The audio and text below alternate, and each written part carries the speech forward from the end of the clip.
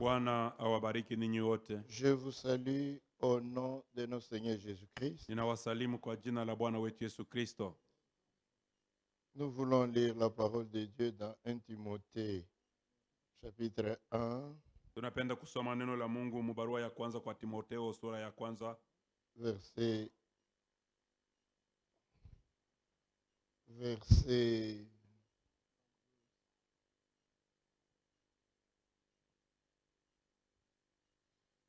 3 à 11. shairi yake ya 3 hadi 11. Prions. Tuombe. Dieu, notre Père céleste, Mungu Baba yetu wa mbinguni, nous nous inclinons devant ta sainte face, tunainama mbele ya uso yako takatifu. voyant que nous sommes des hommes mortels, Tunajua kusema tuko watu wa kufa, des pécheurs qui se tiennent dans la présence de Dieu watenda dhambi wenye kusimama katika uwepo wa Mungu à cause du sang qui a été versé. kwa sababu ya damu iliweza kumwangika, Et au travers de ce sang, tu nous vois juste. na kupitia ile damu unatuona wenye haki, Mais nous-mêmes, nous sommes coupables. lakini sisi wenyewe ni wakosefu. Aide-nous, Seigneur, Utusaidie à Bwana, vivre ta parole tuishi neno lako dans notre génération, katika kizazi chetu hiki, parce qu'il a bien voulu nous la révéler. kwa maana ulipenda kutufunulia hayo. Que cette parole vive en nous Hii maneno ipate kuishi ndani mwetu par ta grâce, Seigneur. kwa neema yako Bwana. Bénis ce moment où nous sommes assemblés. Bariki wakati huu tunajikusanya, Bénis la parole qui sortira bariki neno litatoka lors des réponses à ces questions. wakati ya majibu kuhii maswali. Que tout soit aidé, que tout soit secouru. Watu wote wasaidiwe na wapate Au kusaidiwa nom de kabisa. Jésus-Christ, notre Sauveur. Katika jina la Yesu Kristo mwokozi wetu. Amen. Amina. Lisons. 1 Tusome. Timothée 1, 3 à 11. Barua ya kwanza kwa Timotheo sura yake Je te rappelle l'exhortation que je te fis à mon départ pour la Macédoine, ninakukumbusha ile onyo niliweza kukuambia wakati nilikuwa nakwenda pale Masedoni. lorsque je t'engageais à rester à Éphèse, Wakati nilikuambia upate kubakia pale Efeso, afin de recommander à certaines personnes de ne pas enseigner d'autres doctrines kwa kuamuru watu wengine wajifundishe mafundisho mengine et de ne pas s'attacher à des fables na washambatane na maarishi njoo et à des généalogies sans fin na ile mavizazi yashipo mwisho qui produisent des discussions plutôt que n'avance l'œuvre de Dieu dans la foi. yenye kuleta makokotano pahali ya kuendesha kazi ya Mungu kumbele katika imani. Le but du commandement, c'est une charité, un amour venant d'un cœur pur. Na shabaha ya ile yenye ya agizo ni mapendo yenye kutoka kwa moyo wa kweli na akili safi. Le commandement qui ne vous entraîne pas dans l'amour, Ile maamuri aimipeleke mu mapendo, cela n'est pas de Dieu. ile aina ya kutoka kwa Mungu.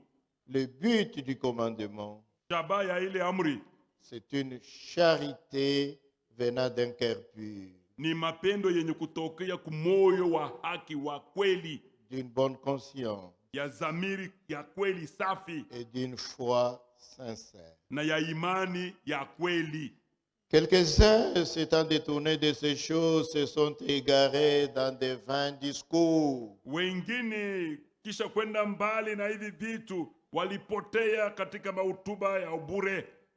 Ils veulent être docteurs de la loi Wanapenda kuwa walimu wa sheria, et ils ne comprennent ni ce qu'ils disent, ni ce qu'ils affirment. lakini abaelewe wala ile beko nasema wala ile yenye beko natikisha asema ni kweli. Nous n'ignorons pas que la loi est bonne, Sisi hatusabu kwamba sheria iko mzuri,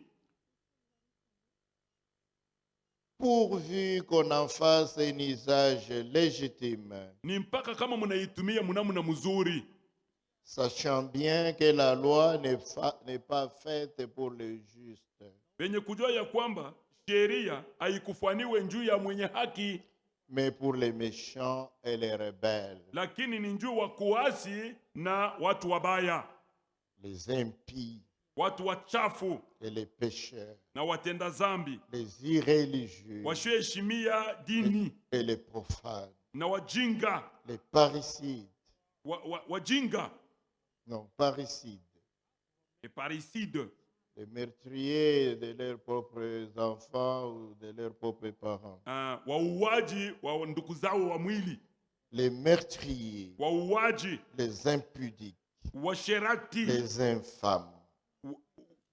wa- Les infâmes, ce sont des homosexuels washoga et semblables. na wale wendago wengine, Les voleurs d'hommes, wale wizi ya watu, les menteurs, wa uongo, les parjures wa kuapa, et tout ce qui est contraire à la saine na doctrine, ile yote yenye kuwa kinyume na mafundisho bora, conformément à l'évangile de la gloire du Dieu bienheureux, sawasawa na injili ya utukufu ya Mungu mwema, Mungu mwenye kubarikiwa, mwenye heri, l'évangile qui m'a été confié. ile injili nilipewa.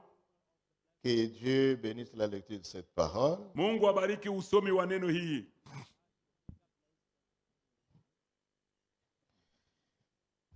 Je vous ai lu ce long texte Na misomea hiyo andiko ndefu parce qu'au regard de certaines questions que je reçois, kwa sababu kuhusu maswali ingine ile niko napokea, il semble que les frères ou les sœurs ont besoin d'une loi juste. inaonekana ya kwamba wandugu na wadada wanahitaji sheria ya haki, Une loi juste. sheria yenye kuwa ya haki kabisa. Qu'est-ce que nous devons faire dans ceci, dans ceci, dans Tunapaswa ceci, kufanya dans nini ceci? mkitu fulani tufanye namna Si un gani? homme commet adultère, qu'est-ce qu'il faut faire? Kama mtu anasharatika inapaswa kufanya nini? Si une fiancée n'accepte pas les commandements de son fiancé, qu'est-ce qu'il faut faire? Kama mchumba mwanamke ashichike ile maamuri mchumba wake mwanamume yuko anampatia, inapaswa kufanya nini? Il faut faire attention. Inabidi kusopoka. Quand quelqu'un était perdu Wakati mtu alikuwa mwenye kupotea et qu'il a été sauvé par grâce, na anaokolewa kwa neema, il est conscient du malheur dans lequel il était. na anajua na dhamiri yake yote mwili mabaya alikuwa. Il était meurtrier, il était impudique, il était Alikuwa ceci, cela. muuaji, alikuwa msherati, alikuwa hiki na kile. S'il est sauvé, Kama anaokolewa, ce n'est pas quelqu'un qui fera encore des plans ou des programmes pour retourner à ce qu'il faisait. hana mtu tena ataanza kufanya mamapu ya kusema arudie mubila alikuyaka. Non, ce n'est pas ainsi. Hapana, haina vile. Il y a une histoire que Frère Branham raconte. Kuna historia moja ndugu Branham anahadisia Qu'il y avait un jeune homme kulikuwaka kijana mmoja, qui a pris un mauvais chemin avec ses amis yeye aliingia munjia mubaya na barafiki yake, et à cause du mauvais chemin, il s'est rendu coupable de meurtre. kwa sababu ya ile njia yake mubaya aliingia akauana kule, Et il a tué un garçon, un fils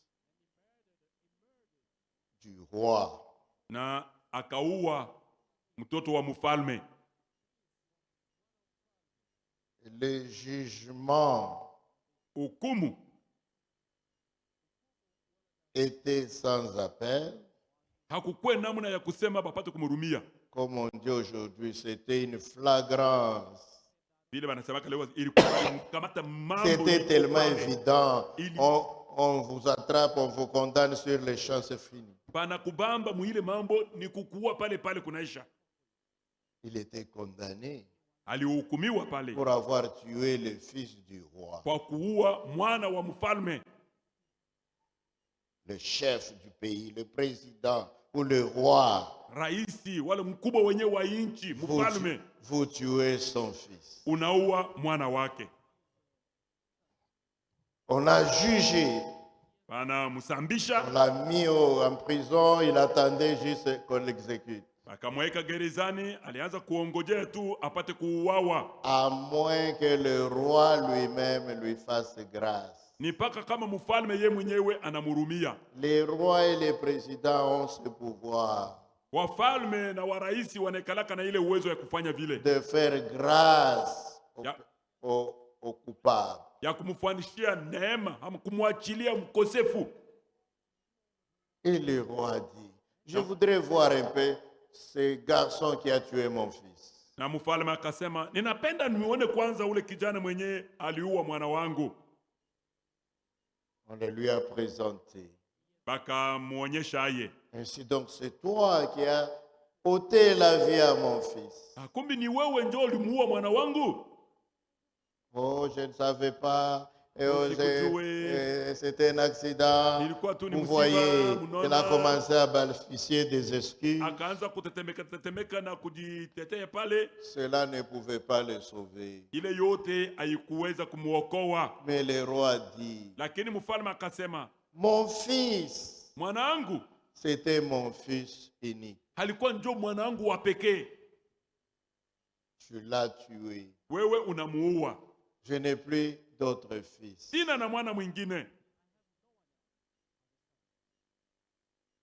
Même si on te condamne comment, cela ne fera pas revenir mon fils. Tu es encore un garçon à fleur d'âge. Si on te donnait une chance de revenir dans la vie normale, tu serais probablement un bon garçon, utile à la nation, utile au royaume. Plutôt que de vous éliminer tous les deux, et mon fils et toi, je te fais grâce. Libérez-le. Et on l'a libéré. Maintenant, je vous pose vous la question. Est-ce que ce garçon pourra-t-il donner libre cours à sa méchanceté, à sa colère, pour rentrer dans la vie et prendre encore son fusil ou son couteau? On m'a fait grâce. Je peux encore tuer. On me fera encore grâce. Non. En tout cas, quelqu'un qui ferait ça, à moins qu'il soit fou, s'il est conscient qu'il était un homme mort, si ça n'avait été la grâce du roi, j'étais un homme mort, il ne retournera pas encore à sa méchanceté. Dans la Bible, celui qui avait trouvé réellement grâce, s'il était prostitué, il ne retournait plus à la prostitution. Marie de Magdala et toutes les autres. Quand Jésus les avait sauvés, ils ne sont plus retournés à la prostitution. Tous les méchants, tous les bandits, quand ils ont été sauvés, ils ne retournaient plus au péché.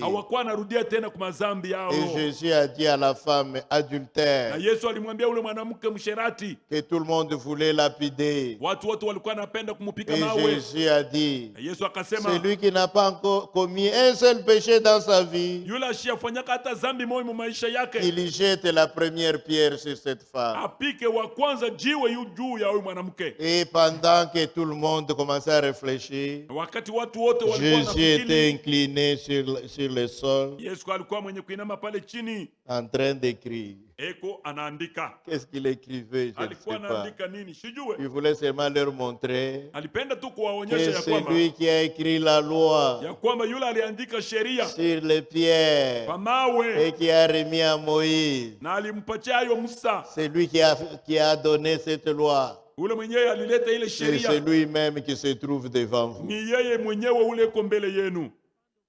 Et tous les messieurs qui étaient là-bas, Na watu wote walikuwa hommes pale, et femmes, banamuke na banaume, chacun est revenu dans son cœur. Il a dit, kila mtu moi akarudia moyoni aussi, mwake, moi akasema, aussi, "Oh, na mimi j'ai fait nikutendeza, ceci. na mimi Et nilikuwa nakufanya." chacun s'en est retourné et il est parti. Na kila mtu aliweza kurudia na kwenda. Et quand Jésus s'est redressé, Wakati Yesu il n'y avait aliinuka devant lui que cette femme. mbele yake, ni paka yule mwanamke Il alikuwa dit à la pale. femme, Akamwambia mwanamke, tiens, tous ceux qui sont qui t'ont condamné, où sont-ils? sasa wale wote walikuwa na kusitaki wanakwenda wapi? Ils ne t'ont pas tué? Hawakukuua? La femme a dit non, Wale mwanamke akajibu asema hapana, tous sont partis. wote wamekwenda. Et Jésus lui a dit, Na Yesu akamwambia, moi non plus, na mimi pia je ne te condamne pas. sikuhukumu, Va en Kwenda. paix. kwenda katika salama. Et beaucoup de gens aiment entendre ça, Bantu mingi wanapenda kusikia ile. qu'ils ont été aussi pardonnés. Na wao waliweza kusamewa, Va en paix. kwenda na Mais salama. Jésus a ajouté, Lakini Yesu akaongeza, et ne pêche plus encore. usitende tena zambi. Amen. Amina. Donc, en posant vos questions, Mkuuliza si hii vous maswali voulez yenu. vraiment des questions que vous imaginez, vous voulez des lois justes et justes. Kama mnapenda tu majibu ile ya Même si on vous donnait les lois les plus justes au monde, hata kama nipatia ile sheria yenye kwa ya haki sana cela ne duniani, vous sauvera pas. ile alitamiokoa Cela ne hapana. fera qu'empirer votre situation. Ile ndio itafanya mambo yako ipate Cela ne sasa fera kwa que mbaya vous zaidi. condamner. Ile itaanza paka kukuhukumu Mais wewe la mwenyewe. grâce de Dieu, Lakini neema ya c'est Mungu elle qui nous sauve. ndio iko natuokoa. La loi Sheria ne fait que nous montrer nos fautes, nos manquements, nos Iko faiblesses. natushontea C'est mpaka tout ce que makosa la loi yetu, fait. udhaifu wetu, La kila loi kitu n'a inafanya. jamais sauvé personne. Sheria hii Il n'y a yaokoa que la mtu. grâce de Ni Dieu. paka neema ya Mungu tu. Amen. Amina. J'ai voulu commencer par ça Nilipenda kuanzia avant de pale revenir aux questions. mbele ya kurudilia kwa maswali. Voici la question suivante. Ulizo inafuata ni hii. Veuillez me faire comprendre le messager de l'Apocalypse 17. Unyeleweshe ko mjumbe wa Ufunulo. Et pourquoi 17. Frère Branham s'est-il référé plusieurs fois à Apocalypse 17? Kwa nini ndugu Branham alirudilia sana pa Ufunulo 17? Je l'ai expliqué l'autre jour. Niliweza kuifasilia ile siku Donc, ingine. ce n'est pas nécessaire qu'on y revienne. Haiko tena ya lazima tupate Il y a kurudilia hapo. sept anges de l'église. Kuko malaika saba Il ya y a kanisa. 7 anges de trompette. Kuko malaika saba ya Il y a parapanda. 7 anges Kuko malaika saba de coupe. ya vikombe. Il y a 7 anges de l'église. Kuko Il y a 7 honneurs. Il y a beaucoup de choses. 7, 7, 7, kuko vitu 7. mia mingi biko paka saba. Frère Branham Ndugu Branham est le 7e ange de l'église. njo malaika wa saba wa kanisa. Mais le 7e ange de trompette, Lakini malaika wa saba wa mabarapanda dans Apocalypse 17, wa Ufunulo 10 shairi ya saba il ne sonne pas la trompette.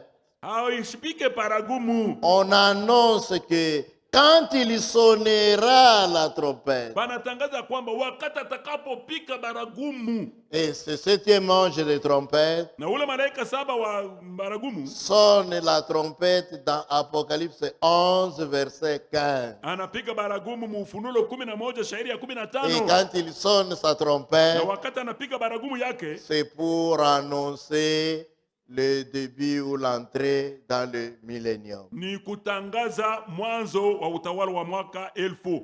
Maintenant, Sasa Frère Branham s'est référé plusieurs fois à Apocalypse 17 ndugu Branham aliweza kurudilia mara mingi pa parce que Ufunulo dans 17, les Écritures, kwa sababu maandiko un verset peut avoir double application. Shairi moja inaweza kuwa na namna mbili ya kutumia. Comme lui était le 7e ange de l'église, sawa vile yeye alikuwa malaika wa 7 wa kanisa, qui devait recevoir la révélation de tous les mystères, alipasha kupokea ufunulo ya masiri yote. C'est ainsi qu'il se référait à Apocalypse 17. Mais il mettait mystère au pluriel. Tandis que l'Écriture met le mystère au singulier. Et Frère Branham, dans cette double application, il mettait expressément mystère au pluriel. Parce que c'est lui qui devait révéler tous les mystères. Les mystères écrits dans la Bible. Mais le 7e ange de trompette, lui, quand il sonnerait sa trompette, le mystère au singulier, le mystère de Dieu serait terminé. Et ce mystère, c'est Christ. Parce que les Juifs n'ont pas cru qu'il était le Messie. Jusqu'à aujourd'hui. Nous, l'Église, nous avons reçu cette révélation. Mais les Juifs, pas encore. Mais quand cet ange sonnera de la trompette, les Juifs aussi auront cru en Jésus-Christ comme le Messie. Et ce mystère serait terminé. Le mystère qui est Dieu en Christ. En Christ se trouvent tous les mystères de Dieu. Comme nous pouvons le relire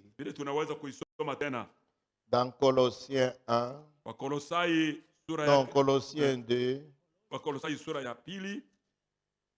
Colossiens 2, verset 3, je pense.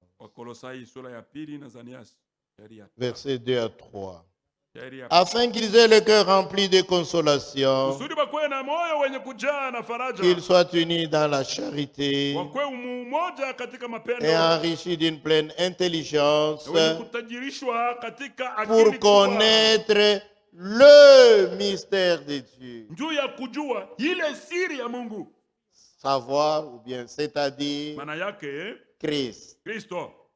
Mystère dans lequel sont cachés tous les trésors de la sagesse et de la science. Tout est en Christ. Tout ce que Dieu était, il a déversé en Christ.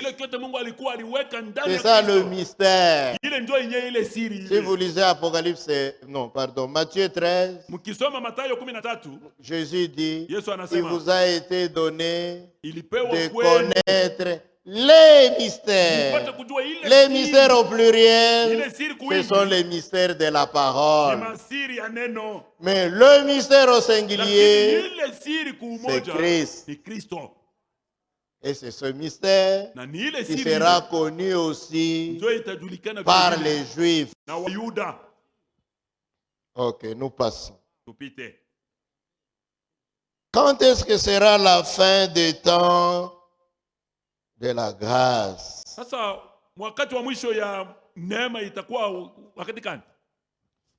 Lisons. Prenons d'abord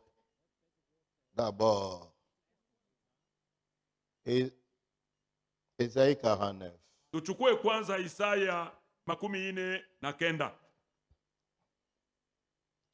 Verset 8. Ainsi parle l'Éternel. Au temps de la grâce, je t'exaucerai. Nitakukubali. Et au jour du salut, na musiku ya wokovu, je te secourrai. Nitakusaidia. Je te garderai. Nitakuchunga. Et j'établirai pour traiter alliance avec le peuple. Nitaweka kwa kuweza kufanya pour relever le pays. Njuu ya Et kuinua pour nchi. distribuer les héritages désolés. Na njuu ya kugawanya mauriti. Le temps de la grâce. Wakati wa neema. Ou le jour du salut. Wala siku ya wokovu. Dans le Nouveau Testament, Mwagano Jipya, Paul dit ceci dans 2 Corinthiens, Paulo anasema hivi mu Wakorinto wa pili, chapitre 6. sura yake ya 6. Nous lisons du verset 1 à 3. Tusome shairi ya kwanza hadi à 2. Verset 1 à 2. Shairi ya kwanza kufika paka ya pili. Puisque nous travaillons avec Dieu, kwa sababu tunatumika pamoja na Mungu, nous vous exhortons à ne pas recevoir la grâce de Dieu en vain. Tunawaonya msipokee neema ya Mungu kwa bure. Mushibeule neema ya Mungu. Mushibeule neema ya Mungu. Mushizarau.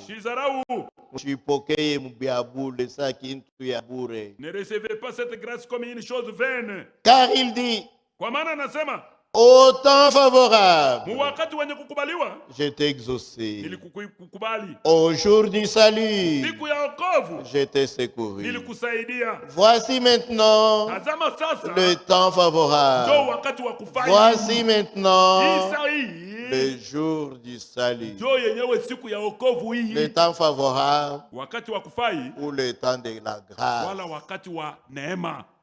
C'est maintenant. Ni hapa sasa. Acte 2. Matendo ya Mitume sura yake ya pili. Acte chapitre 2. Matendo ya Mitume sura ya pili. Verset 17. Shairi ya 17. Dans les derniers jours, dit Dieu. Katika siku za mwisho, Mungu anasema. Dans les derniers jours. Katika ile masiku ya mwisho. Dit Dieu, je répandrai de mon esprit sur toute chair. Mungu anasema, nitamwanga roho yangu yulu ya kila mwili. Vos fils et vos filles prophétiseront. Bana na binti zenu watatabiri. Vos jeunes gens auront des visions. Vijana wenu watapata maono. Et vos vieillards auront des songes. Na wazee wenu watapata mandoto. Oui. Ndio. Sur mes serviteurs, sur mes servantes. Dans ces jours-là, je répandrai de mon esprit et ils prophétiseront. Les derniers jours dont c'est Pierre qui parle là, se référant à Joël 2, verset 28. Les derniers jours dont l'apôtre parle,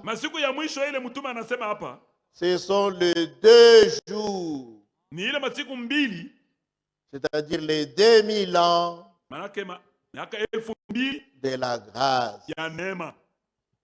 Ce n'est pas 2 jours calendrier. Un jour pour Dieu, c'est comme 1000 ans. Et 1000 ans pour Dieu, c'est comme un jour. Le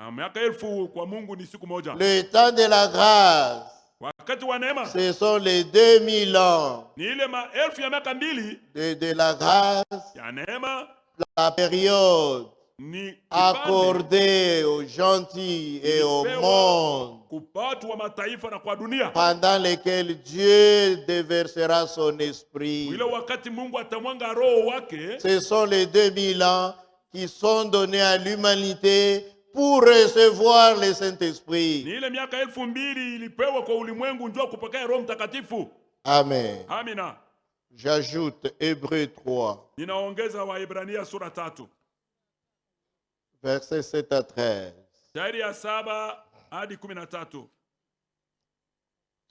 C'est pourquoi, selon ce que dit le Saint-Esprit,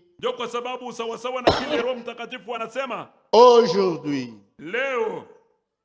si vous entendez sa voix, kama mkisikia sauti yake, n'endurcissez pas vos cœurs, msifanye mioyo yenu mgumu, comme lors de la révolte, sawa wakati wa utombozi, le jour de la tentation dans le désert, siku ya majaribu katika où vos pères me tentèrent pour m'éprouver, mule baba yenu walinishawishi kwa et ils virent mes œuvres pendant 40 ans. na waliona matendo yangu kadiri ya miaka 40. Aussi je fus irrité contre cette génération, Na hivi nikasirikia hiki kizazi, et je dis, nikasema ils ont toujours un cœur qui s'égare, kupaka na moyo wenye ils kupotea, n'ont pas connu mes voies. hawakujua njia zangu. Je jurai donc dans ma colère, Niliapa katika hasira yangu, ils n'entreront pas dans mon repos. hawataingia katika mapumziko Le yangu. repos de sabbat pour les croyants, Mapumziko ya sabato ndio waamini, c'est le repos du Saint-Esprit. ni mapumziko ya Roho Mtakatifu. C'est ça le sabbat pour nous. Njoo sabato kwetu sisi. Dans le Nouveau Testament, Mwagano la on Jipya, n'a aucun ordre hatuna tena agizo moja pour nous reposer ou pour adorer le samedi. njuu ya kuabudu wala kupumzika siku ya posho. On n'a aucun ordre Hatuna tena agizo moja pour nous reposer ou pour adorer le dimanche. njuu ya kuabudu wala kupumzika siku ya yenga. Mais le repos pour les croyants, Lakini mapumziko ya kweli njuu ya c'est le waamini baptême du Saint-Esprit. ni ubatizo wa Roho Vous Mtakatifu. pouvez lire ça dans le chapitre 4 qui suit. Mnaweza kusoma ile muhii Mais ya ine inafuata. moi, je continue seulement ici au chapitre 3. Mimi naendelea paka huko. Prenez garde, frères, Kebeni ange nini que ndugu. quelqu'un de vous n'ait un cœur mauvais, Usikuwe mmoja wenu mwenye kuwa na moyo mbaya, incrédule, mtokuamini, au point de se détourner du Dieu vivant. mkipimo ya kwenda mbali na Mungu aliye hai. Mais exhortez-vous les uns les autres Lakini muonyanye wamoja na chaque wengine jour, siku zote, aussi longtemps qu'on peut dire wakati wote aujourd'hui, inaweza kusema leo, afin qu'aucun de vous ne s'endurcisse kusudi kuchukua hata mmoja wenu wa kufanya moyo mgumu par la séduction du péché. kwa utongozi wa dhambi. Le aujourd'hui de la Bible, Leo ya Biblia, c'est ça le jour de grâce. ile ndio siku ya neema. Ce n'est pas un jour de 24 heures. Hana siku ya masaa 14. C'est un jour de 2000 ans. Ilikuwa ni siku ya miaka Cette 2000. période a été donnée aux nations et au monde pour recevoir le Saint-Esprit. Ile wakati iliupewa kwa dunia wala kwa mataifa njoo wapokee Roho Mtakatifu. Quand ces 2000 ans seront terminés, Wakati miaka 2000 ile itapita, quand le dernier aura été scellé dans le corps de Christ, wakati mtu wa mwisho atatiwa muhuri ndani ya mwili wa Kristo, ce corps sera complet ile mwili itaeneana et Jésus-Christ descendra du ciel na Yesu Kristo atashuka toka et mbinguni il enlèvera son corps pour l'amener au ciel. na atanyakua mwili wake kwenda nao mbinguni. Alors le jour favorable ou le jour de la grâce Sasa siku ya neema au siku yenye kukubaliwa sera terminé pour l'épouse. itakuwa inamalizika njuu ya bibi harusi. La vierge folle, c'est le reste de l'épouse. Bikira mpumbavu ni mabaki ya bibi harusi. Ceux qui n'ont pas reçu le Saint-Esprit, Wale hawakupokea Roho Mtakatifu ce sont des croyants. ni waamini, Ils croient ce qu'ils veulent, ils laissent de côté ce qu'ils ne veulent pas. banaamini kile banapenda na banaacha kile bapende kupembeni. Vous voyez, Unaona, ils sont sauvés, wameokolewa, ils croient, wanaamini, mais ils ne peuvent pas tout croire. lakini hawawezi kuamini vyote. Ils vont rester en arrière, Batabaki nyuma, ils ne seront pas enlevés. hawatanyakuliwa. Ils sont sauvés Wamekwisha par okolewa la même grâce, kwa ile neema moja moja, mais lakini ils vont souffrir le martyre watateswa kama washahidi dans la grande tribulation. katika mateso makubwa. La grâce qui reste après l'enlèvement Ile neema inabaki kisha kunyakuliwa, concerne Israël. ile inaangalia Wayuda, Parce Israeli, que l'évangile retournera aux Juifs. kwa sababu injili itarudia kwa Wayuda. 144 000 parmi eux se convertiront 144,000 katikati yao watageuka et recevront le Saint-Esprit. na watapokea Roho Mtakatifu. Personne des nations ne le recevra encore à ce Hakuna moment-là, tena mtu wa mataifa ataweza kupokea Roho Mtakatifu si mwile ce n'est wakati, les 144 000. isipokuwa wale watu 144,000. Ok. des enfants d'Israël. ya watoto wa Israeli. La grâce qui reste encore, Neema ile inabakia tena c'est pour toute la nation israélite. ni juu ya taifa yote ya Israeli. Toute la nation se convertira en un seul jour. Taifa yote ya Israeli itageuka msiku C'est moja ce tu. qu'enseigne la Bible. Ndio kile Biblia inafundisha. Attendez si je peux trouver facilement ces écritures. Mnyongolie nipate ile andiko mbio mbio. Romains 11. Romains 11, Waroma 11 verset 25. shairi 25. Car je ne veux pas, frères, que vous ignoriez ce mystère, Kwa sababu nishipende ndugu mupate kusabu hii siri, afin que vous ne vous regardiez point comme sages. kusudi mshijiangalie sawa wenye hekima. C'est qu'une partie d'Israël est tombée dans l'endurcissement Nikusema sehemu moja ya Israeli ilianguka mkutokuamini, jusqu'à ce que la totalité des païens soit entrée. kufika mpaka na wingi hesabu yote ya watu wa mataifa wapate kuingia. Quand l'Église sera achevée, Wakati kanisa itamalizika, alors l'évangile retournera aux Juifs. ndipo injili itarudilia tena Wayuda. Verset 26. Shairi 15. Et ainsi, Na hivi basi tout Israël sera sauvé. Israeli wote mzima ataokolewa. Selon qu'il est écrit, Na wasawa na vile inaandikwa, le libérateur viendra de Sion mkombozi atatokea pale et il Yerusalemu détournera de Jacob les impiétés. na atageuka toka Yakobo dhambi yao yote. Atatosha watoto ya Jacob kumaovu yote. Ndio. Et ce sera mon alliance avec Na eux itakuwa ni agano yangu pamoja nao lorsque j'ôterai leurs péchés. wakati nitaondosha dhambi zao. Amen. Amina. Tout Israël sera wote sauvé. Ils ataokolewa. se convertiront Watageuka en un même jour. musiku moja tu. Quand le Seigneur Jésus Wakati Bwana viendra Yesu vers eux atakuja kwao physiquement katika mwili au milieu de la 70e semaine de Daniel. kati ya 70e semaine ya Daniele. C'est là qu'il viendra se présenter à eux. Njoo pale yeye atakuya kusimama mbele yao. D'abord aux 144 000, Kwanza mbele kwa 144,000. ensuite à tout Israël. Kwa Israeli wote. Je lis. Nasoma.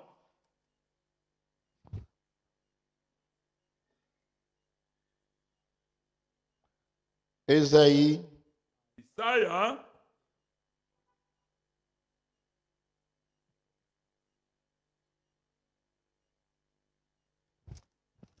Ésaïe Isaya 66, Isaya 66 verset 7 à 8. shairi ya 7 hadi ya 8. Avant d'éprouver les douleurs, Mbele ya kusikia maumivu il a enfanté. alizala. Avant que les souffrances lui vinssent, Mbele ya mateso ipate kumubamba, il a donné naissance à un fils. akazaa mwana. Ce sera le même jour Itakuwa ni siku moja moja ile, quand il viendra vers eux. wakati atakuja kwao. Israël sera rassemblé au temple. Israeli atajikusanya kwa hekalu, Et Jésus viendra au temple en tant qu'ange de l'alliance. na Yesu atakuja kwa hekalu sawa malaika wa agano. Écoutez. Sikieni. Qui a jamais entendu pareille chose? Nani alisha kushikia mambo sawa Qui a hivi? jamais vu rien de semblable? Nani alisha kuonaka vya kufanana na hivi? Un pays Inchi moja peut-il naître en un jour? inaweza kuzalikwa tu mushiku moja? Une nation Taifa est-elle enfantée d'un seul coup? eske ilizalikwa tu mara moja paka À hivi? peine en travail? Wakati tu anaanza maumivu inamwanza, Maumivu ya kuzala? maumivu ya kuzaa. Sion a enfanté ses fils. Siyo anazala wana wake. Amen. Amina. C'est là. Ni pale. Ici, il s'agit de la nouvelle naissance. Hapa ni mambo ya Ils kuzaliwa vont se upya. convertir. Patageuka. Ils vont naître de nouveau. Patazaliwa upya. Ils vont reconnaître le Messie. Patamtambua Masia. Et lui Na diront, watamwambia, mais tu as des plaies aux mains. sasa uko na vidonda Ça te mkono. vient d'où? Inatokea wapi? Il leur dira, c'est dans la maison de mes amis que je les ai reçus. Alors l'Esprit de Dieu viendra sur eux tous. Ça va les amener à la repentance. Ils vont commencer à se dire, c'est toi Benjamin. Ou bien, non, c'est pas Benjamin. C'est toi Gad, ou bien c'est toi Judas, ou bien c'est toi qui avais commencé pour tuer Joseph. C'est toi. Ils vont commencer à se jeter des blâmes. Vous voyez, il y aura un esprit de supplication sur eux tous. Et ils se convertiront tous. Et tout Israël sera sauvé le même jour. Et Christ va retourner au ciel où il a laissé l'épouse. Parce que ce sera au milieu de la fête. Au milieu de la fête. Après l'enlèvement, nous passerons 3 ans et demi en fête. Maintenant, après 3 ans et demi, il va nous laisser, nous continuons, lui il descend pour se faire connaître à ses frères. Les Juifs sont ses frères. Amen. Alors, il n'y aura plus de grâce pour les nations après l'enlèvement. C'est fini. Les vierges folles sont sauvées avant l'enlèvement. Mais parce qu'ils n'ont pas le Saint-Esprit, ils vont traverser pour passer, souffrir les martyrs pendant la grande tribulation. Mais ils sont sauvés. Après la grande tribulation, ils vont mourir tous, les martyrs. Et après, quand Jésus viendra pour le millénium, ils vont ressusciter en même temps que les 144 000 vont ressusciter. Amen. C'est ça le jour de grâce. Le jour qui vous est donné de recevoir le Saint-Esprit. C'est un jour de 2000 ans. Continuez un peu. Mon frère, nous savons que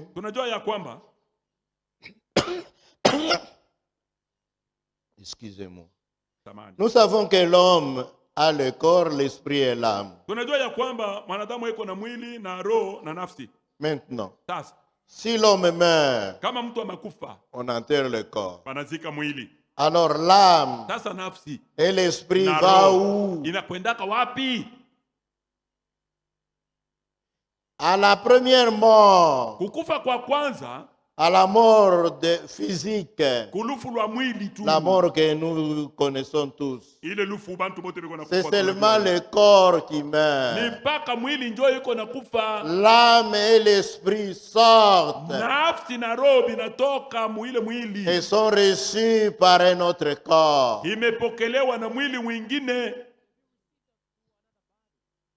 Un corps théophanique pour les croyants, un corps de honte pour les incroyants. C'est dans ce corps de honte qu'ils vont souffrir dans la prison.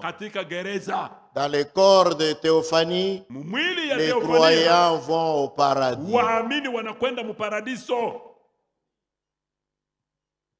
Maintenant, à la fin, après le millénium, il y aura la résurrection générale des justes et des injustes. Là, on ne parle plus de l'épouse. L'épouse est ressuscitée, ils ont été enlevés. Maintenant, les autres vont ressusciter là-bas au jugement dernier, les justes et les injustes.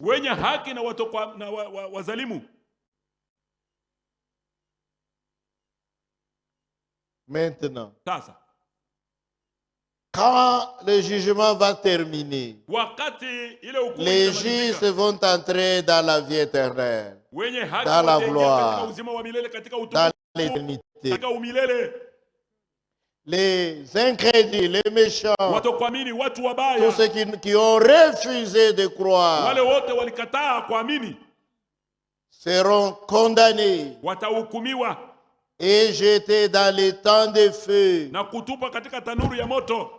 Ce qui est écrit dans Apocalypse chapitre 20. Ndio kile kinaandikwa Ufunuo 12. Et là, il est dit, Na mule wanasema, les temps de feu, ile kiziwa ya moto c'est la seconde mort. ni lufu lwa pili. La première mort, Lufu la kwanza c'est la mort du corps, la mort physique. ni lufu lwa mwili. Et Na là-bas, kule les temps de feu, ile kiziwa ya c'est la moto seconde ni mort. kufa kwa pili. L'esprit Roho va quitter maintenant l'âme itatoka sasa mnafsi et retourner à Dieu qui l'a donné. na kurudia kwa Mungu mwenye alileta ule roho. C'est l'âme qui a péché, qui n'a pas voulu croire, Ni nafsi njo ilitenda zambi, haikupende kuamini, qui va mourir njo itakufa dans la seconde mort. katika kufa kwa À ce pili. moment-là, Ale l'esprit roho retourne à Dieu. anarudia kwa Mungu. J'espère que c'est clair. Nadhania iko wazi pale. Maintenant, Sasa les frères posent encore une autre question. ndugu anauliza tena swali lingine. Et comme les gens disent Sawa vile bantu banasemaka que les sorciers mangent les gens, ya kwamba baloji banakuliaka bantu. ils mangent quoi? Banakuliaka nini basi? L'esprit ou l'âme? Nafsi wala roho? Parce que le corps est enterré. Kwa maana mwili imezikwa. Les sorciers Baloji et tous les gens dont vous parlez, na bale bote benye mnauyua bale ils mentent. banalandaka njo Ils ne mangent rien. abakuliaka kintu. Ce sont des croyances des nations. Ile ni mabyamiamini ya bantu ya mataifa. Ya bantu ya mataifa, msemeo ingine ni imani ya bapagano. Ni msemeo ya bapagano. Mataifa maana yake bapagano. Bapagano. Ceux qui n'ont pas de relation avec Dieu. Bale abana mushirika na Mungu. Ils mentent. Beko na landa. Ils ne mangent pas le corps. Abakuliaka mwili. Mais 3 jours après, 4 jours après, Mashiku tatu ikisha, si vous allez déterrer, vous allez trouver le corps en train de pourrir. Kama munakimbula mwile njumu mutakuta mwili iko Ils ne naoza. mangent pas le corps. Abakuliaka mwili. Ils ne peuvent pas manger l'esprit. Abawezi kula hata roho yenyewe. Ils ne peuvent pas manger l'âme. Abawezi kula na nafsi yenyewe. Ce n'est pas matériel. Haina kitu ya kupapasa. Non, ils mentent. Beko na landa. Voilà pourquoi les gens disent Ndio kwa maana bantu au tabernacle, on ne croit pas à la sorcellerie. Oh, kutabernakle abaminiaka sema baloji bunekalaka hako. Nous croyons que les sorciers existent. Tunajua kusema baloji beko hako. Mais nous ne croyons pas à la sorcellerie qui mange les gens. Atuamini ibule buloji bwa kudia bantu hapana. Celle-là n'existe pas. Ile buloji ya kudia bantu haikalaka eko. Ils ne mangent rien. Abakudiaka kitu.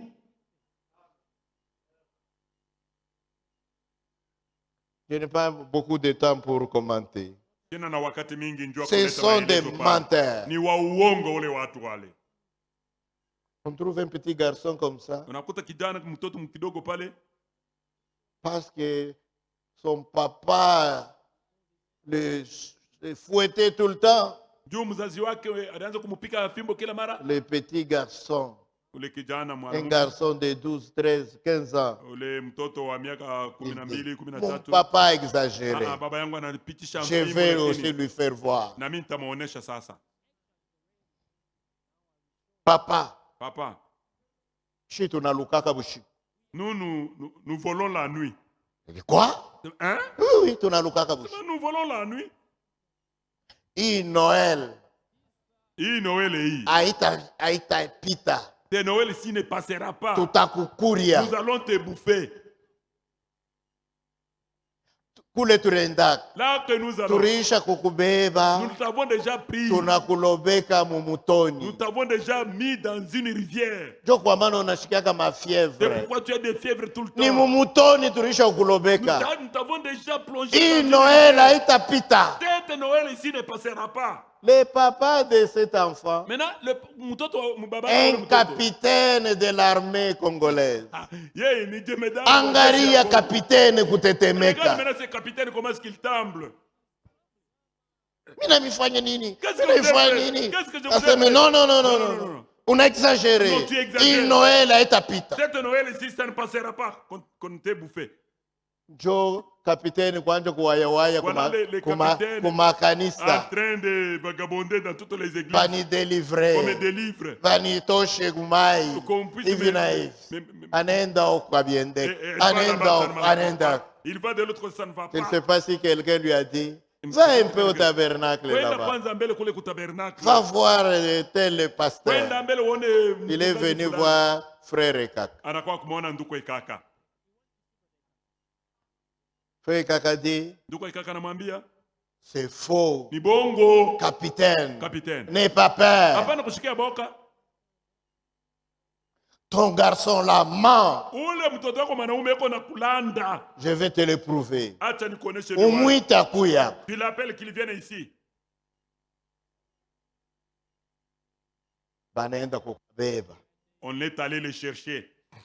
Toi tu dis que vous avez plongé votre papa dans l'eau. Oui. Unasema mlitumbukiza baba yenu mumutoni. Vous faites comment? Mnafanyaje? Tunalukaka Nous bushiku. volons la nuit. Tunabebaka misha kubeba tumanguo yake. J'ai déjà pris ses habits. Et c'est ainsi que tulimufunga tunamuweka C'est momai. alors que nous l'avons lié, nous l'avons plongé dans la rivière. Frère Kakadi, Frère Kaka a dit, tu mens. sema unalanda weye. Tu vas voir. Acha uone. Et frère Diacre, venez Ndugu ici. shemashi kuya hapa. Muniletee ile mfimbo. Amenez-moi les fouets là.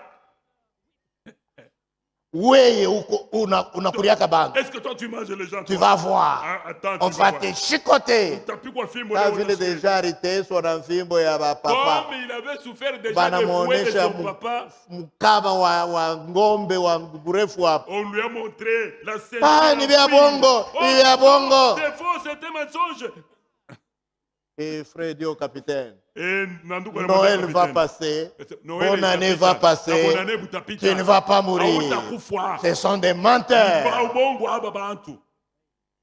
Ne croyez pas ça. Mushamini bintu bya vile. Masaku, Les masaku là-bas. Masaku, Les masaku. quoi encore? Kapopo. Iko na Kapopo, Kapopo. etc. Iko na manjina mingi. T'as beaucoup de noms. Oh, ni bafulani. Oh, c'est elle. Masaku paka ba mashikini. Masaku, c'est seulement les pauvres. Masaku. Bengine haibabambake paka ba Les autres mashikini. n'attrapent pas les masaku là-bas, c'est seulement les Si pauvres. hatuna na nyama ya butamu. Nous n'avons pas une viande sucrée là. Nous on nous évite pourquoi? Kunyini bayeko natukimbia shibe bayeko natuepuka. Il n'y a rien. Hamuna kitu. Ne craignez pas ça. Mushongope bile bintu. Il y a des épines venimeuses dans les champs, dans les Kunekalaka campagnes. miba ile ya Il y a des arbres qui ont du poison. michi iko na msumu. Il y a beaucoup de choses en brousse Muko bintu mia qui mingi font que mukule peut-être pole tu as piétiné là-bas Na zingine et unakanyanga pale. tu as mal Na là-bas. mukuli Certaines inakuuma. de ces maladies, ce sont des cancers, Magonjwa etc. mengine Il n'y a rien de massacre. Hamuna masaku mule. C'est par ignorance. Ni kwa kukosa kujua. Dans l'ancien temps, Mwakati wa si zamani. quelqu'un tombe d'un coup, Kama mtu anaanguka tu mara moja. hypertension, le sang sort. Damu inatoka. Tous les villages disent, Oh. bari umpika kapini kumashamba. Mkini yote mjima anasema oh, on lui a donné un coup à la tête. On ne connaît pas l'hypertension. On ne connaissait pas. Hatukuwa na On ne liwaka connaissait sema, pas unakanaka hypertension. le diabète. Hapakuwa na Et liwaka, les gens wala mouraient. ikuta kisukari, Et ils disent kufa. toujours, Oh. kapini. Oh, bana mpika kapini kukichwa. Ne croyez pas ça. Mushamini bya vile. Ils mentent. Peko na landa bale Ce bantu. sont des menteurs. Ni bantu babongo.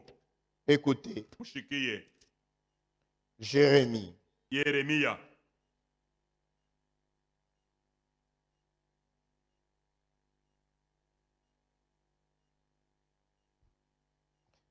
Jérémie chapitre 10.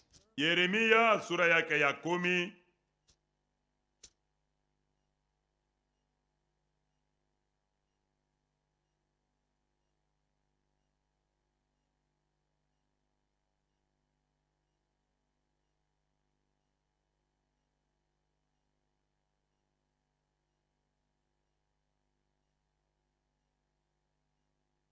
Jérémie chapitre 10. Yeremia sura 10.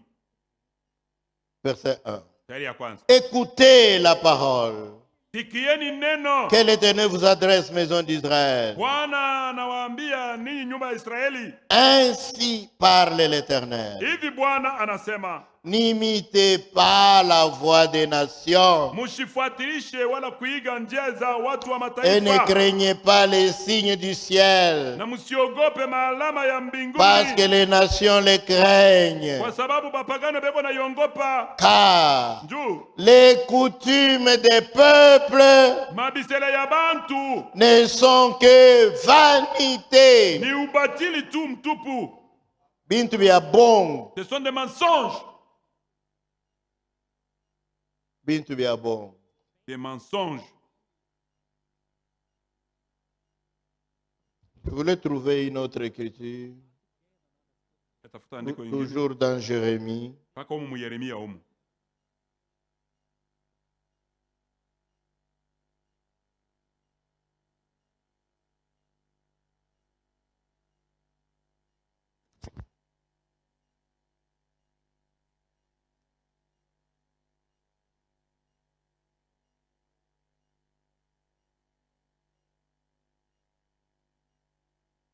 Ok, Jérémie 16. Yeremia sura 16. Verset 19. Tari ya 19. Éternel, Bwana, ma force nguvu yangu et mon appui, na tegemeo mon langu, refuge kimbilio au yangu jour de la détresse. siku ya taabu. Les nations Mataifa viendront à toi des extrémités de la terre watakuja kwako toka misho ya dunia, et elles na diront, watasema, nos pères baba zetu n'ont hérité que le mensonge, waririti ongo tu mtupu, des vaines idoles qui ne servent à rien. masanamu ya bure haisaidie kitu. L'homme peut-il se faire des dieux Eti mwanadamu anaweza kujifanisha Mungu qui ne sont pas des dieux? wenyewe wana miungu? C'est pourquoi Ndio kwa maana je leur fais connaître cette fois, je leur fais connaître ma puissance et ninawajulisha ma mara hii force, nguvu yangu na uwezo wangu, et ils sauront que mon nom est l'Éternel. na watajua na kufahamu ya kwamba jina langu ni Bwana. Les mensonges Uongo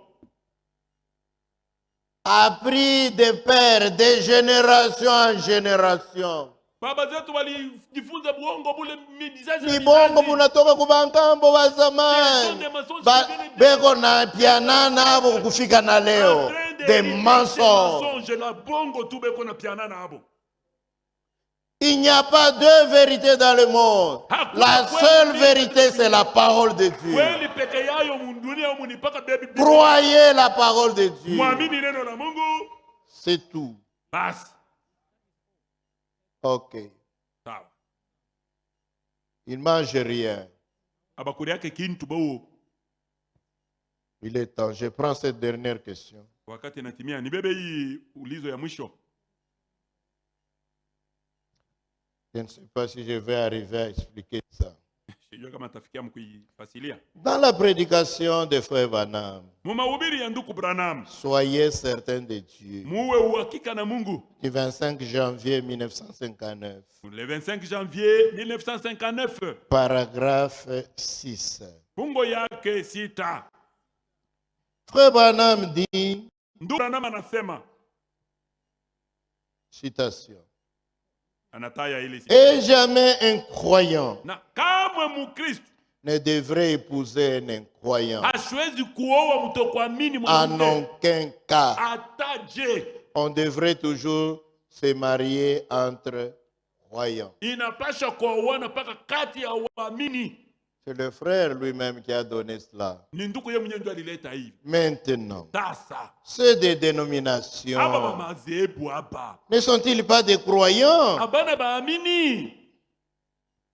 N'est-ce pas, ils croient aussi en Dieu. En d'autres termes, le frère encourage et comprend des femmes parmi les filles des dénominations. Parce qu'ils sont aussi des croyants en Dieu.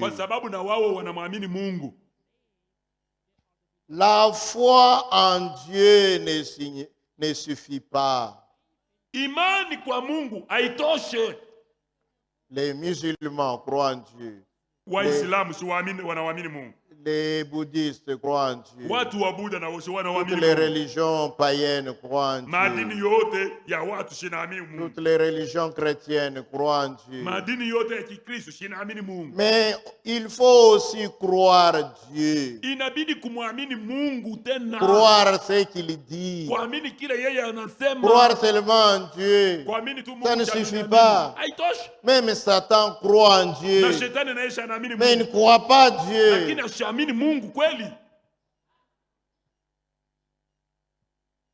Vous voyez. Dans la Bible, Amos 3, verset 3. Deux hommes peuvent-ils marcher ensemble s'ils ne se mettent pas d'accord?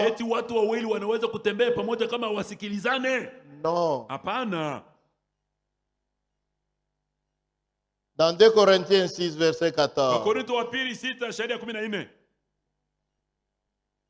Ne vous mettez pas sous un joug étranger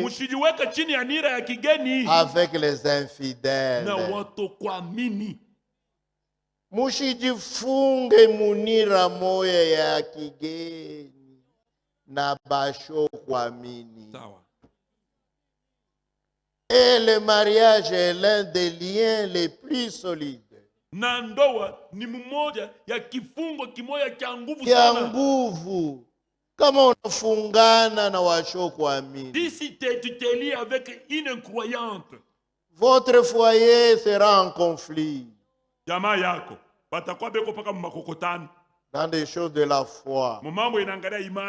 La femme est pentecôtiste. Elle croit aux sorciers qui mangent les gens. Même chez toi, s'il y a un mort, votre propre enfant, chez toi, baba nazalaka, wa kwanza, wa pili, wa tatu, wanakufa. Elle va retourner à ses vieilles croyances où c'est ta mère qui mange les gens.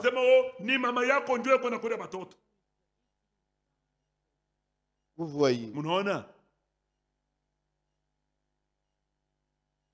Et d'autre part, les pentecôtistes, les méthodistes, les catholiques ne croient pas à un Dieu personnel, ne croient pas à un Dieu unique. Ils croient à une trinité de personnes. Et nous croyons à un Dieu personnel qui s'est révélé dans une seule personne, en Jésus-Christ, le Fils de Dieu. Vous voyez. Maintenant, même dans la prière à la maison, quand vous aurez des enfants, quand papa est là, il exhorte la foi dans un Dieu personnel. Quand papa est parti, la sœur aussi exhorte dans un Dieu trinitaire.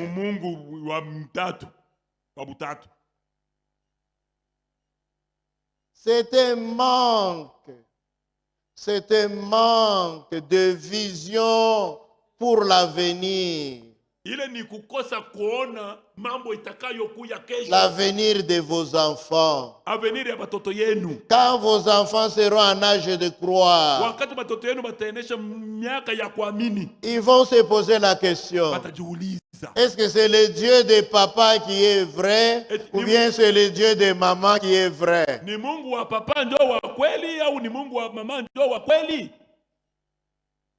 Nous sommes censés entraîner nos enfants dans la foi. Instruire l'enfant dans la voie qu'il doit suivre. Quand il sera grand, il ne s'en détournera pas. Maintenant, la maison est divisée. Papa croit autre chose, maman croit autre chose. Quand sera-t-il des enfants? Le même Branham qui a dit, vous devez toujours vous marier entre croyants. Je vous donne une autre citation. Je ne sais pas si la technique peut nous mettre ça. Regardez à l'invisible. Du 1958. Là-dedans, paragraphe 12. Cherchez vite. Je voudrais que nous lisions ensemble.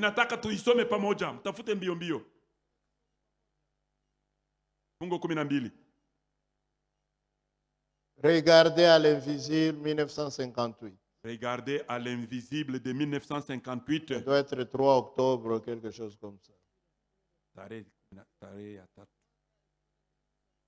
Paragraphe 12. Fungo ya 12.